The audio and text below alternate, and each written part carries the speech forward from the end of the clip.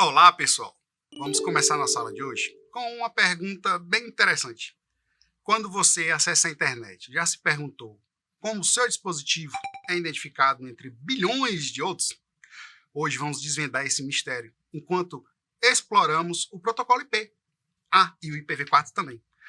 Vamos mergulhar nas profundezas desse protocolo IP, o protocolo da internet. Entenderemos a estrutura do endereço IPv4, que é como se fosse o RG dos dispositivos na internet. Além disso, a gente vai buscar entender como as classes de endereço IP e aprender subnetting e o CIDR, que é o Classless Interdomain Routing, técnicas fundamentais para a gestão eficiente das redes.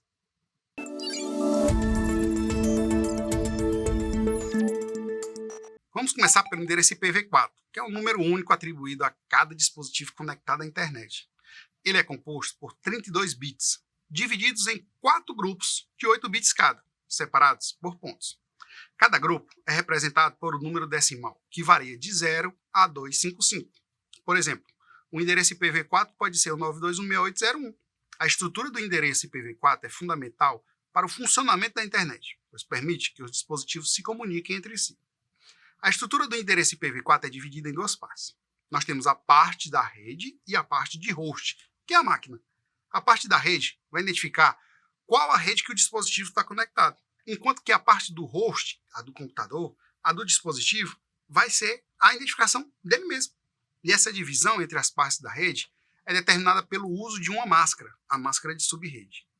A máscara de subrede é um número de 32 bits também, que define qual parte do endereço IPv4 pertence à rede e qual pertence ao host.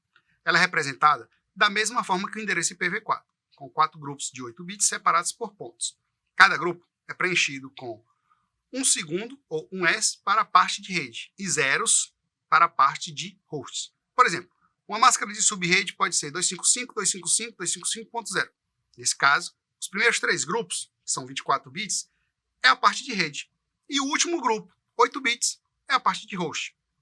Em resumo, a estrutura do endereço IPv4 é composta de 32 bits divididos em 4 grupos de 8 bits cada. Esses grupos são separados por pontos, representados por números decimais de 0 a 255. A parte da rede identifica a rede a qual o dispositivo está conectado. A parte do host identifica o dispositivo específico dentro dessa rede. Essa divisão das partes de rede e host é determinada pelo uso de uma máscara de subrede, que define qual parte do endereço IPv4 pertence à rede. Vou dar um exemplo para vocês. Um endereço IPv4 192.168.0.1. Ele é composto por 4 grupos de 8 bits, separados por pontos.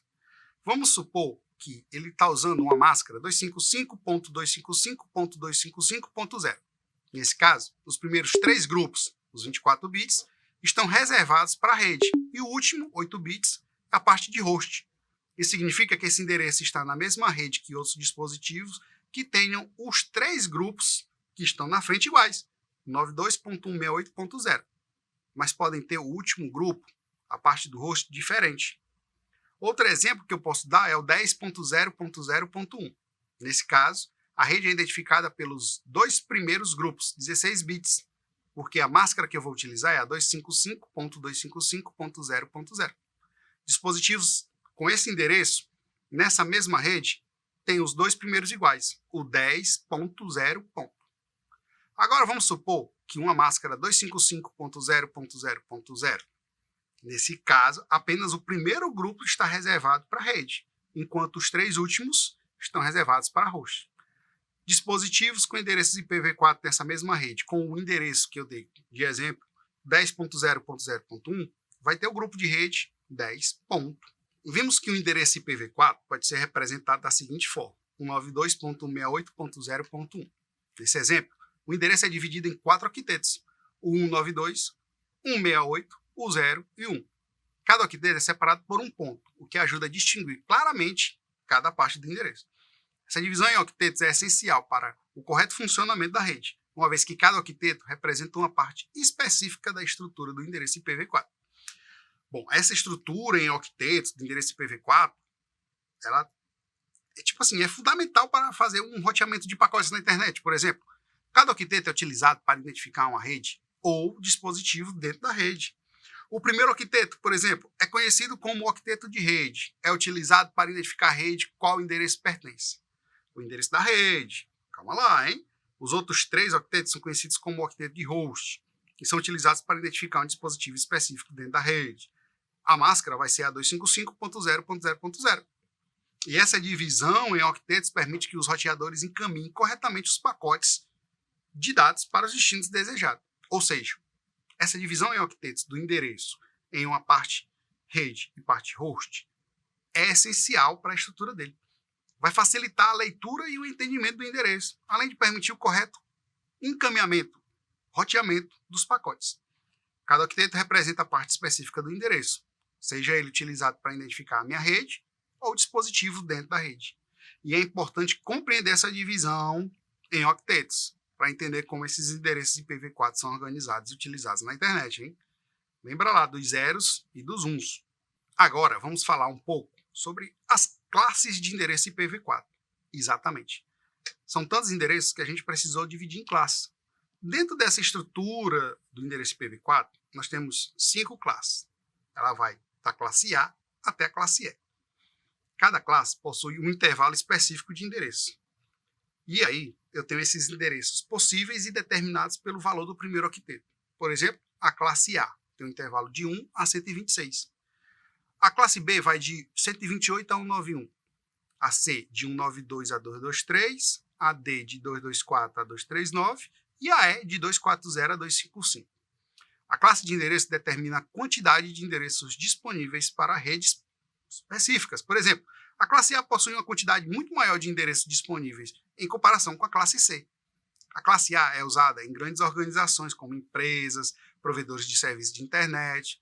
Já a classe C é comumente usada por redes domésticas ou, no caso, pequenas empresas. No entanto, com o esgotamento desses endereços IPv4 disponíveis, a adoção do IPv6 se tornou muito importante. O IPv6 ele utiliza uma estrutura de endereço completamente diferente, permitindo um número vastamente maior de endereços possíveis.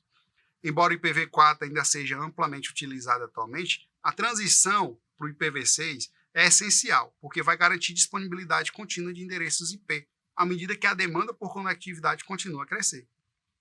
Por exemplo, vamos lá, nós temos o IPv4 de 192.168.0.1, está dentro do intervalo da classe C, que é usado em redes domésticas que usa a máscara 255.255.255.0. Ele vai ter 198.168.101, 192.168.01, então vai estar nessa faixa.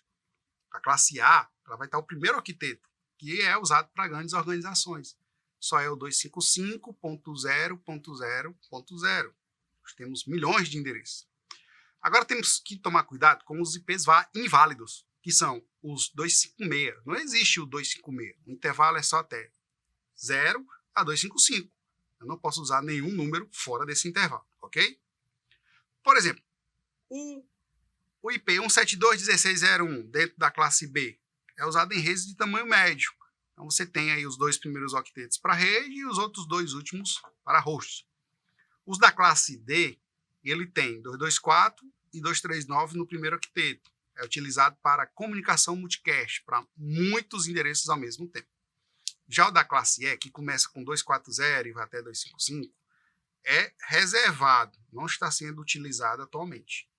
E a gente vai esperar eles para serem atualizados, né, e jogar o IPv6 também na rede.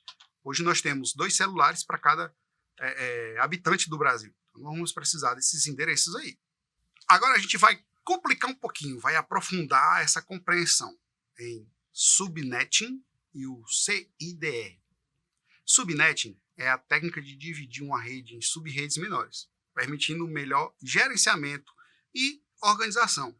É tipo, eu vou dividir o endereço que eu tenho pela metade, então eu tenho 8 bits para a rede, eu vou utilizar 4 e deixar 4 para host.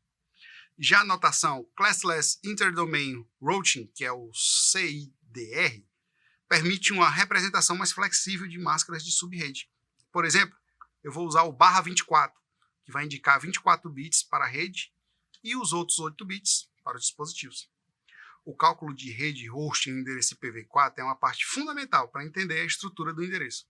O endereço IPv4 não tem 32 bits divididos em 4 octetos separados por pontos? Pronto, cada octeto varia de 0 a 255. Eu posso pegar e ter 4 bilhões de possíveis endereços IPv4. Para calcular a rede e os hosts de um endereço IPv4 é necessário considerar a máscara. E essa máscara de subrede é também um binário de 32 bits, que vai indicar quem é host e quem é rede. Aplicando a máscara, eu tenho o endereço IP dividido e determinando a faixa, a classe dele. Um exemplo de um cálculo de rede e de host em IPv4 é o seguinte, vamos lá. A gente tem aquele nosso IP, 192.168.0.1, é o mais comum, e a máscara classe C, 255.255.255.0. Ao aplicar essa máscara, eu estou reservando os 3 primeiros para identificar a rede, enquanto o último octeto, só um, é para host. Então, eu tenho variação do 0 até o 255, sendo que o 0 é o endereço de rede e o 255 é de broadcast. Então, eu só tenho 254 endereços possíveis, variando do 1 ao 254. O cálculo de rede e host no endereço é essencial para determinar quantos endereços, qual a faixa de endereços disponíveis, qual a máscara que eu vou aplicar, quantos hosts vai caber na minha rede. Isso é fundamental para a configuração da rede para garantir a comunicação correta entre os dispositivos. Agora eu preciso que você faça o seguinte: digita o endereço, não o IP, mas o endereço mesmo lá da nossa plataforma, que fazendo a tradução vai ser um IP. E aí você vai achar o nosso texto de aprofundamento. A partir da leitura dele, a gente vai fazer o nosso quiz. É fundamental para a gente ter a nota dessa aula. Ah, e não esquece, nós temos um fórum que precisa ser interagido. Você vai lá, interage no fórum, coloca a sua dúvida, coloca o seu conhecimento que você tem e qual é a experiência que você tem com esses números, esses 4 octetos. Tá legal? E não esquece, hein? Próxima aula estaremos aqui para buscar mais conhecimento em cima da nossa rede de computadores. Até a próxima, hein, pessoal? Tchau, tchau.